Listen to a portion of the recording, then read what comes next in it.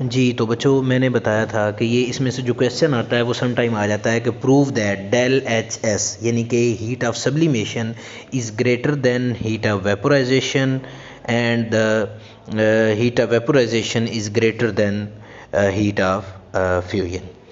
इसमें बच्चे क्या होता है, अगर देखा जाए तो ये जो डेल एच एस होता है जिसे आप हीट ऑफ सब्लिमेशन कहते हैं। बच्चे देखें, सॉलिड सब्सटेंस के अंदर स्ट्रॉन्गेस्ट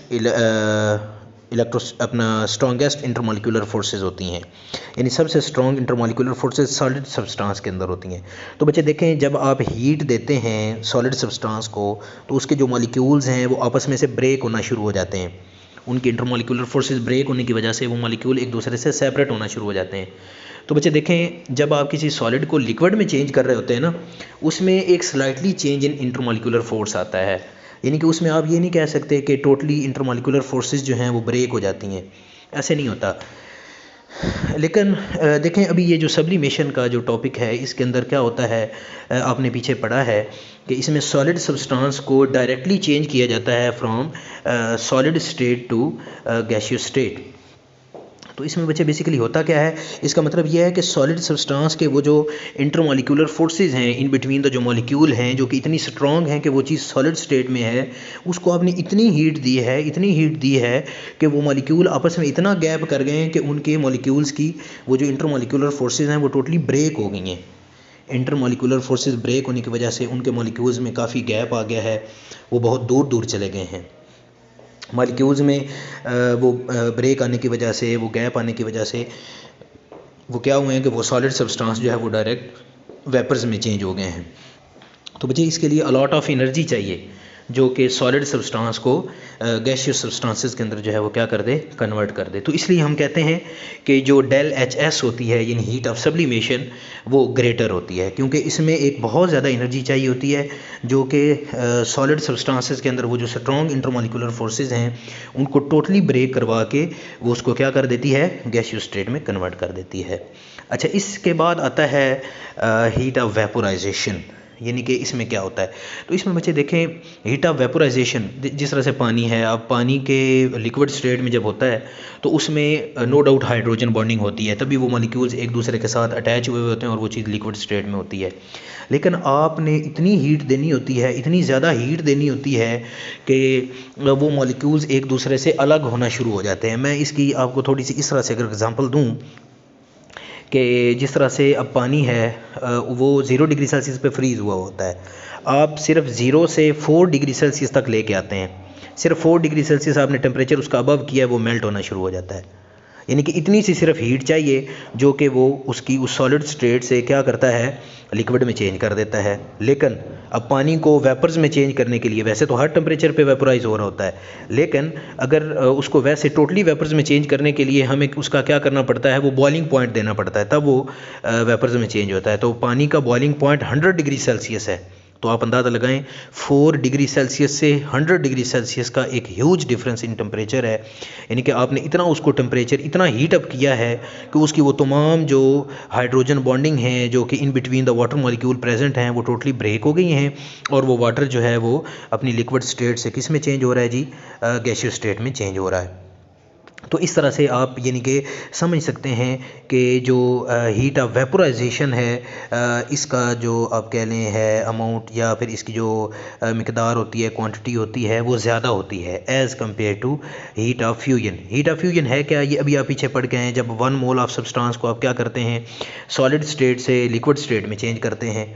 अब उसमें ना नो डाउट कई बच्चों का ये कॉन्सेप्ट बना होता है कि सॉलिड स्टेट के अंदर चूँकि स्ट्रॉन्गेस्ट इंटरमॉलिक्यूलर फोर्सेस होती हैं तो स्ट्रॉन्गेस्ट इंटरमॉलिक्यूलर फोर्सेस को ब्रेक करना पड़ता है, तो तब जाके वो लिक्विड में चेंज होती हैं। तो इसका मतलब है आपने स्ट्रॉन्गेस्ट इंटरमॉलिक्यूलर फोर्सेस को ब्रेक किया है तो इसके लिए वहाँ पे ज़्यादा एनर्जी चाहिए। नो, ऐसा नहीं होता। उसमें आप बेसिकली क्या करते हैं कि जो सॉलिड सब्सटेंस होता है बच्चे, उसमें आप क्या करते हैं कि जो इंटरमॉलिक्यूलर फोर्सेस होती हैं उनको आप बस थोड़ा सा उनमें चेंज लाते हैं, यानी कि नो डाउट होती हैं। अब जिस तरह से आइस की फॉर्म में जो वाटर का मॉलिक्यूल है, एक मॉलिक्यूल को यानी कि वो तकरीबन अबाउट 4 मॉलिक्यूल्स जो हैं वो सराउंड कर रहे होते हैं, लेकिन लिक्विड स्टेट में भी यही चीज़ होती है। तो भाई फिर डिफरेंस क्या आया? डिफरेंस सिर्फ ये आता है कि सॉलिड स्टेट के अंदर वो जो इंटरमॉलिक्यूलर फोर्सेस हैं, यानी कि जो हाइड्रोजन बॉन्डिंग है, वो स्टिल अपनी जगह पे मौजूद होती है, वो आप कह लें वहाँ से डिस्प्लेस नहीं होती। लेकिन इन लिक्विड स्टेट अगर आप बात करें तो वही इंटरमॉलिक्यूलर फोर्सेस थोड़ी सी वीक हो जाती हैं। इतनी वीक हो जाती हैं कि वो कभी कभी अपीयर हो रही होती हैं और कभी कभी ब्रेक हो रही होती हैं। जिस तरह से मैंने पिछले टॉपिक में आपको डिस्कस किया था कि जो वाटर है वो all time in the form of motion होता है, और वो सारे का सारा एक ही टाइम में उड़ भी नहीं जाता। तो उसमें होता क्या है कि at the same time intermolecular forces appear भी हो रही होती हैं और ब्रेक भी हो रही होती हैं। दिस मीन के जब आप किसी सॉलिड सब्सटेंस को लिक्विड में चेंज करते हैं, आप उन इंटरमॉलिक्यूलर फोर्सेस को थोड़ा वीक कर देते हैं, लेकिन टोटली ख़त्म नहीं करते। इसलिए आप कह सकते हैं कि जो एंथैल्पी ऑफ फ्यूजन जो है वो बच्चे सबसे कम है, उससे ज़्यादा एंथैल्पी ऑफ वेपोराइजेशन है, क्योंकि इसके अंदर आप लिक्विड को आप गैसियस स्टेट में चेंज करते हैं। और एंथैल्पी ऑफ सब्लिमेशन ये बच्चे सबसे ज़्यादा है। इसकी वजह क्या है? क्योंकि वो आपने डायरेक्ट, यानी कि पहले आपने सॉलिड ने को लिक्विड में चेंज नहीं किया, आपने सॉलिड को डायरेक्ट गैसियस में आप चेंज कर रहे हैं। दिस मीन के आपके पास एक huge change in physical state आया है, तो उसके लिए बहुत ज़्यादा एनर्जी चाहिए। तो इसलिए हम कह सकते हैं कि एंथैल्पी ऑफ सब्लिमेशन जो है वो सबसे ज़्यादा है। अच्छा, इसके बाद बच्चे अगर आप आएँ तो हमारा टॉपिक है that is change of state and dynamic equilibrium. अब बच्चे क्या होता है, फॉर एग्ज़ाम्पल वाटर है आपके पास इसमें क्या होता है, आप वाटर को फ्रीज़ करना शुरू कर देते हैं, यानी कि आपके पास नॉर्मल वाटर है, उसका आप टेम्परेचर लो करना शुरू कर देते हैं। तो बच्चे टेम्परेचर लो करते करते करते जब आप पहुंच जाते हैं ना 0 डिग्री सेल्सियस पे, तो बच्चे 0 डिग्री सेल्सियस पे हमेशा याद रखें, कभी भी कोई पानी जो है वो सारे का सारा उसमें आप कह लें चेंज नहीं हो जाता आइस के अंदर। ये वो टेम्परेचर है 0 डिग्री सेल्सियस जिस पे पानी जो है वो बर्फ़ बनना शुरू हो जाता है, आइस बनना शुरू हो जाता है। या दूसरे लफ्ज़ों में जो वाटर के मॉलिक्यूल्स हैं वो अपने आप को एक दूसरे के साथ वो अरेंज करना जो है वो शुरू कर देते हैं, like a structure of diamond. उसमें क्या होता है कि इंटरमॉलिक्यूलर फोर्सेस थोड़ी सी स्ट्रांग होना शुरू हो जाती हैं, मॉलिक्यूल्स अपनी अपनी पोजीशन लेना शुरू कर देते हैं। लेकिन इसमें ये होता है कि अगर फॉर एग्जांपल आपके पास हैं, अगर मैं इन नंबर ऑफ़ मॉलिक्यूल्स बात करूं, अगर आपके पास 1 लाख मॉलिक्यूल्स ऑफ वाटर हैं जिनको आप 0 डिग्री सेल्सियस पे लेके आए हैं, तो उनमें से 50,000 जो हैं वो मॉलिक्यूल्स अपने आप को अरेंज कर रहे होंगे, और जो 50,000 हैं वो अपने आप को उस अरेंजमेंट से ब्रेक करके नॉर्मल लिक्विड स्टेट में, तो यानी कि आप कह लें एक पोजीशन ऐसी आती है, एक टाइम ऐसा आता है जिसको आप फ्रीजिंग पॉइंट कहते हैं। जिस तरह से पानी का फ्रीजिंग पॉइंट 0 डिग्री सेल्सियस है, तो ये वो टेम्परेचर है जिस पे पानी के आधे मॉलिक्यूल जो हैं वो सॉलिड स्टेट में होते हैं और आधे जो हैं वो लिक्विड स्टेट में होते हैं। तो बच्चे आप ये पहले पढ़ चुके हैं ये चीज़ कि कोई भी जो सब्सटेंस है जब वो हाफ़ जो है वो सॉलिड स्टेट में और हाफ जो है वो लिक्विड स्टेट में हो, तो उसको हम डायनामिक इक्विलिब्रियम में, क्योंकि इक्विलिब्रियम की 2 टाइप्स होती हैं, एक स्टैटिक इक्विलिब्रियम और एक डायनामिक। स्टैटिक उसको कहते हैं जिसमें कोई चीज़ जो है वो चलते चलते एक जगह पे रुक जाती है।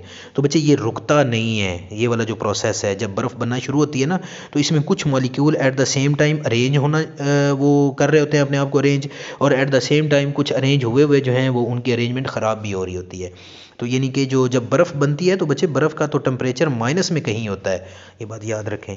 तो बताने का मकसद ये है कि जो आइस और वाटर का आपस में, यानी कि ये जो इक्विलिब्रियम वाली कंडीशन है, इसमें क्या होता है कि एक ऐसी कंडीशन है जिसके अंदर आधे मॉलिक्यूल्स जो हैं वो in the form of ice होते हैं और आधे मॉलिक्यूल्स जो हैं वो in the form of liquid होते हैं। तो ये उसने इक्वेशन के अंदर आइस और वाटर लिख दिया है, हालांकि आइस भी वाटर ही होता है। तो इसे वैसे आइस को फिर आगे वाटर, लिक्विड वाटर उसे लिखना चाहिए। तो बहरहाल ये 0 डिग्री सेल्सियस एक ऐसा टेम्परेचर है जिस पे बच्चे एक डायनामिक इक्विलिब्रियम की कंडीशन आ जाती है। इसमें एक सॉलिड सब्सटेंस जब फ्रीज़ होना शुरू होता है तो उसके आधे मॉलिक्यूल जो हैं वो सॉलिड स्टेट में होते हैं और आधे मॉलिक्यूल जो हैं वो लिक्विड स्टेट में होते हैं। तो इस तरह से ये एक डायनामिक इक्विलिब्रियम की ये हालत आ जाती है हमारे पास। इसके बाद इंशाल्लाह हम नेक्स्ट टॉपिक डिस्कस करेंगे।